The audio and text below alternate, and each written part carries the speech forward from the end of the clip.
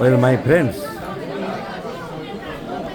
এই ভিডিওটা দেখানোর উদ্দেশ্য, এই আগের ভিডিও নাম্বারটা আমার খেয়াল নেই, তাহলে আমি দেখাতে পারতাম আর্ট অফ ইন্টারোগেশন কীভাবে ওষুধ সিলেকশন করা হয় তার একটা প্রকৃষ্ট উদাহরণ। ইগনিশিয়া 200 ডোজ, মশলা মুড়ি নয়, মশলা মুড়ির চিকিৎসা নয়, 5টি 10টি ওষুধ নয়, নাটক নয়, single medicine 202 dose followed by PTRS.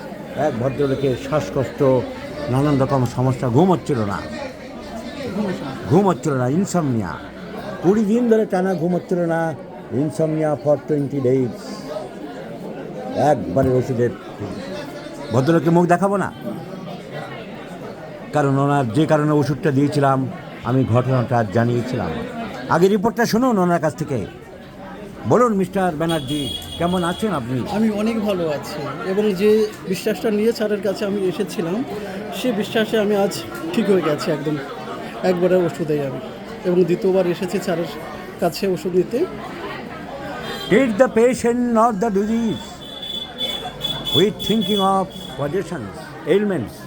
Possession চিন্তা করে এই ভদ্রলোকের কীভাবে প্রেসক্রিপশন করেছিলাম সেদিন আমি দেখিয়েছিলাম, ওই ভিডিওতে বলেছিলাম। যদি ভিডিও নাম্বার থাকে,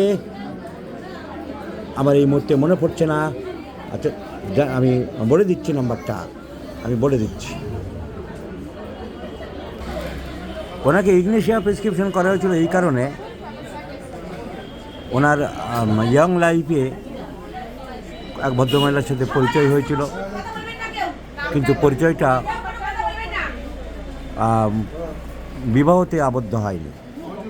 যে কোনো কারণে অনেকে অন্য জায়গায় বিয়ে করতে হয়েছিল, দুজনকে বলে গেছিলো, স্বাভাবিক নিয়মে যা হয়ে থাকে।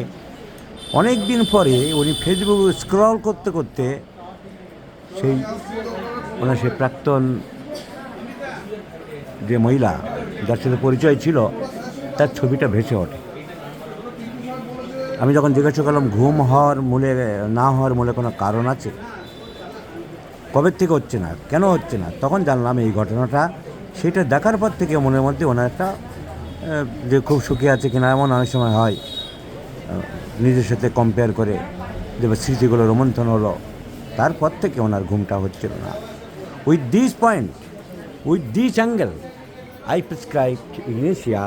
মনের ভিতর অবচেতন মনে অবদমিতভাবে যে ভালোবাসা ছিল, যে প্রেম ছিল, তার বহুদিন পরে হলো, তার জন্য যে ফিলিংস, যে অনুশোচনা, বা যে বর্তমান কন্ডিশনে কে ভালো আছে, আমি সুখী কি সে সুখী, এই কম্প্যারিজন, এই সমস্ত কিছুই মনের অবচেতন স্তরে যে হিসাব নিকাশ, যে মর্টিফিকেশান, যে গ্রিফ, যে সাই, তার ভিত্তিতে আমি ইগনিশিয়া 200 দিয়েছি এবং পেশেন্ট ভালো আছে। আপনারা সবাই শুনলেন।